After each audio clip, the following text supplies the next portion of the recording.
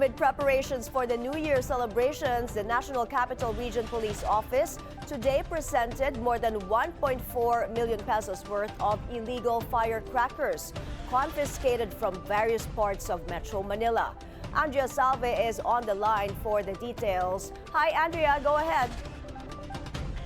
The confiscated firecrackers are scheduled for destruction on January 7, 2026. This was confirmed by NCRPO Chief Police Major General Anthony Abirin, who was present during today's display.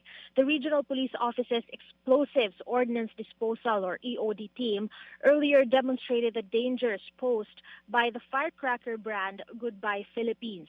Authorities say this was among the confiscated items and was linked to a recent incident in Manila that resulted in the death of a child and injury to another last Sunday. Abirin likened the explosion to that of a grenade, saying, quote, "Parang mas malakas pa."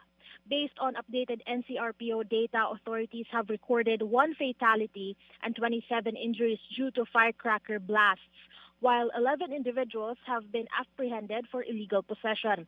In connection with the Manila incident, police say 2 persons of interest were identified through CCTV footage, forward tracking and backtracking. The official adds that those found responsible may face murder charges. Abirin said the Manila Police District, which is handling the case, remains unrelenting in its evidence gathering and ongoing investigation.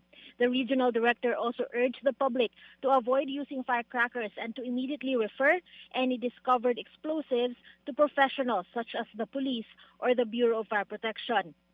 As New Year festivities approach, Abirin warned police personnel against indiscriminate firing in line with PNP Chief Jose Melencio Nartatis Jr.'s one-strike policy.